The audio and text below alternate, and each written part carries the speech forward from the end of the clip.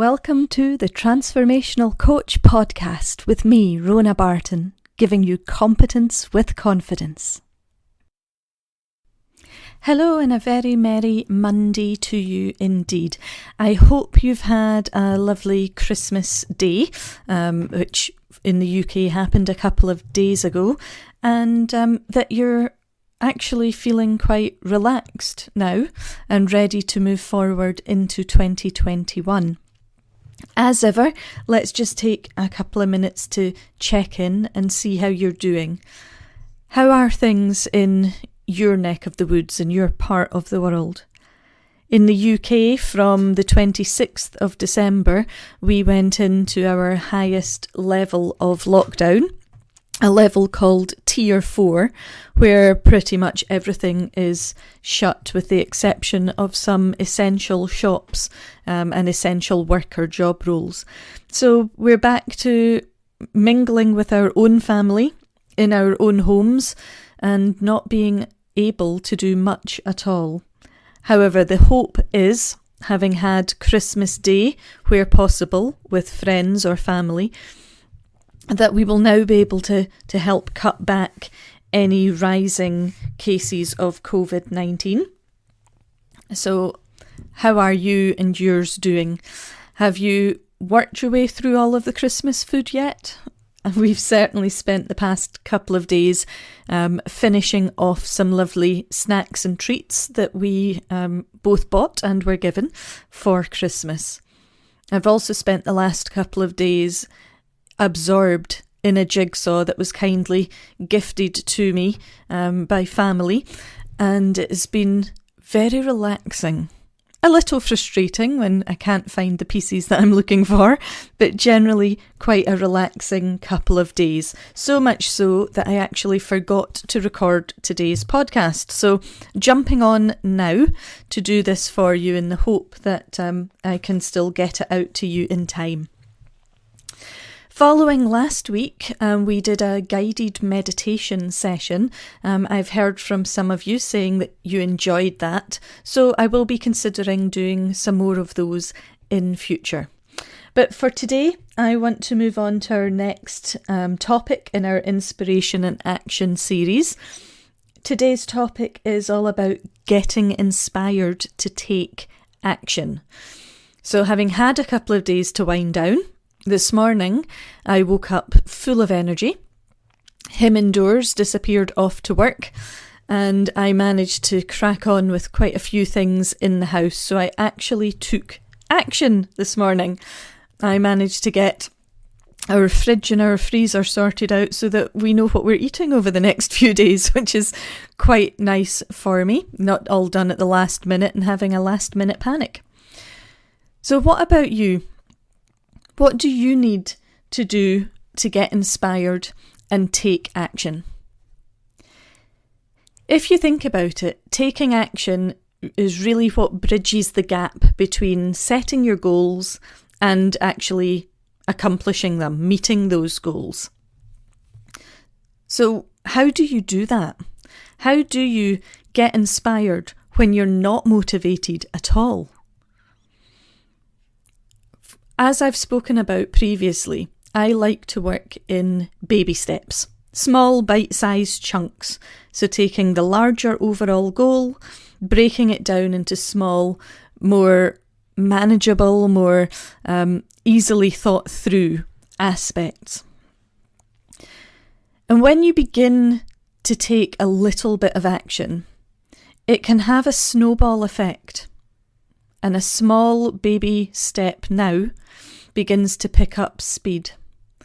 And you begin to move faster, and you realise that, as you're moving faster and working through these baby steps, it feels quite natural for you. It's quite easy to continue and keep going. And that action in itself creates more action. And slowly it builds and builds into, as we've said, the snowball effect for you.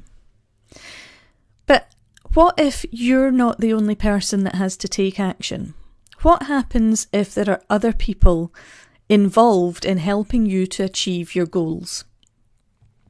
Well, if you need to motivate other people, here are some things that you can think about. The first one being, tell them exactly what you want them to do or what you need them to do. You want to get these people motivated to take action, so you need to be quite specific. Don't be vague. Don't be quite general, in that you want everybody to do their best. To a certain extent, everybody will do their best as long as you, if you like, sell it to them in a way that shows them how reaching this goal can impact them as well. So consider limiting the amount of time or the effort that you're asking for them. You maybe need people to work late a couple of nights to help you achieve a deadline. Or you need them to work late every night for a week. State that. Set an actual end date for them. Don't expect them to then continue to work late indefinitely. You will run out of their goodwill very quickly. Also, make sure you take your part, you share in what you're asking them to do. So as a leader, as the group manager, if you like, don't ask them to put themselves in a position that you're not willing to do yourself. So don't tell people to work hard over the weekend if you've got plans to relax and chill out with your friends and family. Share the workload with them. Be a team player in that respect. When you're asking them to take on this extra challenge, to work these extra hours, whatever it is to achieve the goal, it's not fair, if you like, to use fear to motivate them, especially in today's climate. You shouldn't be saying things like, if we don't get this task completed now, we're all going to lose our jobs. That's not fair. Fear is not a good motivator for future endeavours. Yes, it might work on this particular occasion, but do you really want to rule by fear? You will lose the trust of your team. You will lose the trust of the people you need to help you. So appeal to their emotions. Yes, please do. People are people, they're not robots, but they're also motivated by positive emotions like excitement, pride in a job well done, a sense of belonging, the thrill of actually achieving the goal in the end. So yes, appeal to their emotions, but please do it in the right way for them. And give them a variety of reasons for doing what you've asked of them. It's not one of these, if we don't get this done, we'll lose our jobs. That is not sufficient. Even if it is true, it is not enough to help motivate people and inspire them. We're looking to inspire a positive effect in people. So give them a variety of reasons. It might be that if they work late for the next week, they do an extra couple of hours every night for the next 5 days, that they could be rewarded with an extra day off, for example. Or it could impact their yearly bonus if things still happen. Certainly, I don't know how much of that is happening during 2020. But, think through, what are the positives that people can take for this? What would you be willing to accept to do that extra work yourself? And what makes you think other people would expect anything less? So in your speech, if you like, when you're trying to inspire your audience to help you, to work towards you, talk about the challenges that they will face as a group and the possibilities of what makes a difference. Inspiring them by appealing to the aspirations of these people and the good nature of these people should come out along the lines of, you can become this person that you want to be. Yes, it's a bonus if there is a bit of a reward, but for a lot of people, the reward will be this sense of satisfaction, this sense of personal achievement. If you tie that in when you're talking about values, whether that's company values, personal values, individual values one by one, and the long-term goals, your intention of, what lies behind this and what the future will bring, that in itself can be inspirational. You're dealing with people.